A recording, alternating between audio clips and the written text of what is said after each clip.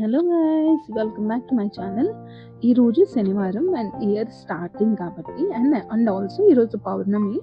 అందుకని నేను మమ్మీ వెంకటేశ్వర స్వామి గుడికి వెళ్దామని అనుకున్నాం అనమాట.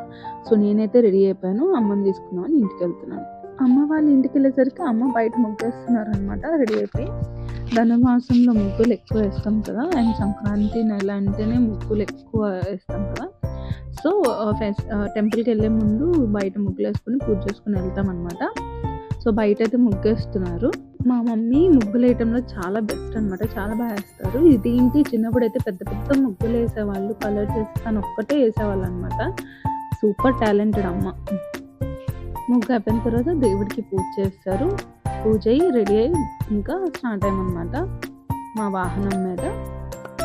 అక్కడ నుంచి టెంపుల్ ఇదే లబ్బిపేట వెంకటేశ్వర స్వామి టెంపుల్. చాలా అంటే చాలా ఫేమస్ టెంపుల్. టెంకాయ పూలు అవి తీసుకుంటున్నారు ఇక్కడ.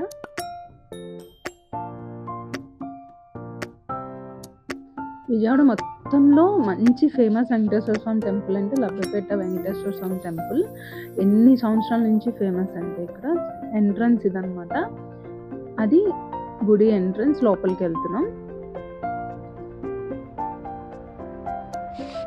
సాటర్డే కదా, జనం చాలా ఎక్కువ మంది ఉన్నారు. ప్రతి సాటర్డే జనం ఫుల్ రష్గానే ఉంటుంది టెంపుల్.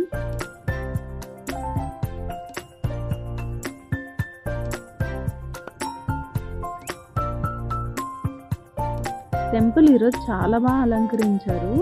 లోపల అయితే వీడియో తీయరు అనమాట దేవుణ్ణి. సో అందుకని బయటకు వచ్చే దగ్గర నుంచి వీడియో తీశాను. చూసారు ఎంత బాగా లైటింగ్స్ పెట్టి ఫ్లవర్స్ డెకరేషన్ పెట్టారు. ఇది బయట కళ్యాణ మండపంలో ఉంటుంది. మండపంలో వెంకటేశ్వర స్వామి ఉత్సవ విగ్రహాలు పెట్టి అలంకరించారు అనమాట. చూడండి ఎంత బాగా అలంకరించారు స్వామిని, అమ్మవారిని. మేమైతే చాలా హ్యాపీ ఫీల్ అయ్యాం. చాలా బాగా దర్శనం జరిగింది. అండ్ ప్లస్ ఇలా అలంకారాలు చేసి రెడీ చేశారనమాట. ఈరోజు వెంకటేశ్వర స్వామి అలంకార ప్రియుడు అంటారు కదా, దానికి తగ్గట్టు వీళ్ళు చాలా బాగా అలంకరించారు. చూడండి ఎంత బాగున్నారో స్వామి. పక్కనే శివాలయం ఉంటుంది, అక్కడ కూడా స్వామివారిని ఇలా అలంకరించారు, అమ్మవారిని స్వామివారిని. ఇంకా బయటకు వచ్చి ఆ మండపంలో కూర్చొని మేము కొబ్బరి కొట్టుకొని తినేసామన్నమాట. ప్రసాదం అక్కడే తింటాం కదా. సో ఇది ఇవాల్టి వ్లాగ్. ఈ వీడియో నచ్చింటే లైక్ చేయండి, సబ్స్క్రైబ్ చేసుకోండి. సజెషన్స్ ఏమైనా ఉంటే కమెంట్ బాక్స్లో టైప్ చేయండి. Thank you.